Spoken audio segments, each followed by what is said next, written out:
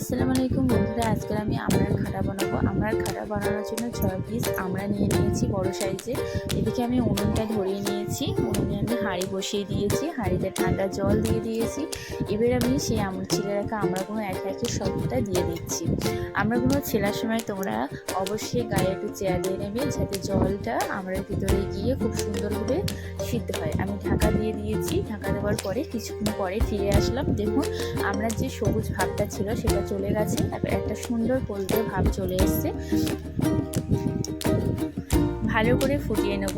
ফের একবার ঢাকা দিয়ে দিয়েছি মিনিট কয়েকের জন্য। আবার ফিরে আসলাম।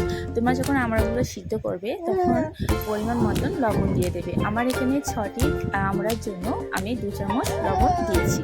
তো এবারে আমড়াগুলো কত সুন্দর সিদ্ধ হয়েছে তা দেখার জন্য আমি একটি কাঁটা চামচ নিয়ে নিচ্ছি। কাঁটা চামচ দিয়ে প্রত্যেকটি আমড়ায় ভালো করে ফুটিয়ে দেখে নেব কত সুন্দর সিদ্ধ হয়েছে। আমার সিদ্ধ হওয়া পুরো রেডি, ভিতরের অংশটা পর্যন্ত সিদ্ধ হয়েছে। তো খুব ভালোভাবে সিদ্ধ হয়ে গেছে। তো আপনারা যখন সিদ্ধ করবে যে আমড়ার যে জলটা সেটা ফেলবেন না, ওটাতেই আমড়ার খাটা বানানো হবে। তো আপনারা বাড়িতে কে কেমনভাবে আমড়ার খাটা বানান সেটা আমার কমেন্ট বক্সে অবশ্যই জানাবেন।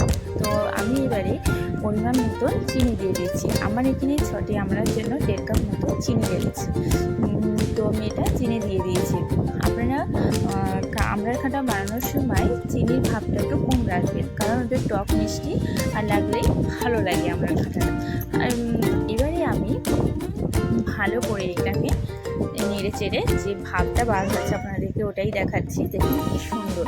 হ্যাঁ, আপনারা অবশ্যই আমড়ার খাটা দেখবেন যদি একটু পাতলা মনে হয় তো আপনারা সুজি ইউজ করতে পারেন, অথবা আমি এখানে সুজি দিয়ে দিচ্ছি। আমি এখানে আমড়ার খাটায় 6টি আমড়ার জন্য 3 চামচ সুজি দিয়েছি। তো একটি ছোটো চামচ চামচে 3 চামচ সুজি দিয়ে দিচ্ছি। আপনারা আটা ব্যবহার করতে পারেন, চালের আটা, ময়দা বা সুজি, যে কোনো কিছুই ব্যবহার করতে পারেন।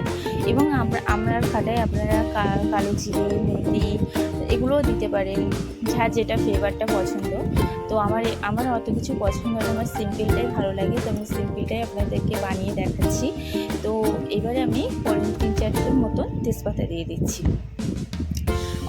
আপনারা নারকেলও ইউজ করতে পারেন। নারকেলের দুধ বার করে, যেটা পুড়ে মিক্সারে দিয়ে পুড়ে আপনারা ওটা বার করে ওভাবেই করতে পারেন, ওটাও ভালো লাগে। তো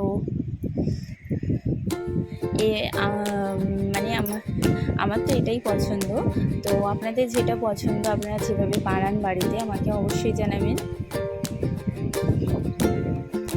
তো এইভাবেই আমি ভালো করে ফুটিয়ে নিচ্ছি। আমি এদিকে উনুনে কড়াই বসিয়ে দিয়েছি। কড়াইটা আমার গরম হয়ে গেছে।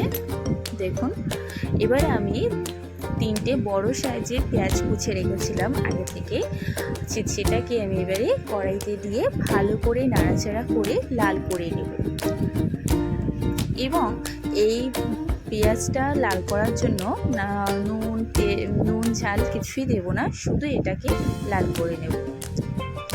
তেল দিয়ে এটাকে ভালো করে সুন্দর করে নাড়াচাড়া করে লাল করব, যাতে পুড়ে না যায়। পুড়ে গেলে তিতকুটি টাইপের লাগবে, খেতে ভালো লাগবে না। তো ভালো করে আপনারা নাড়াচাড়া করে এটাকে লাল করে নেবেন।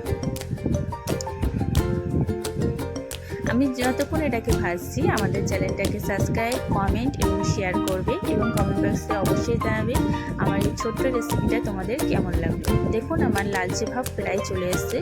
একটু সুন্দর করে ভেজে নেব।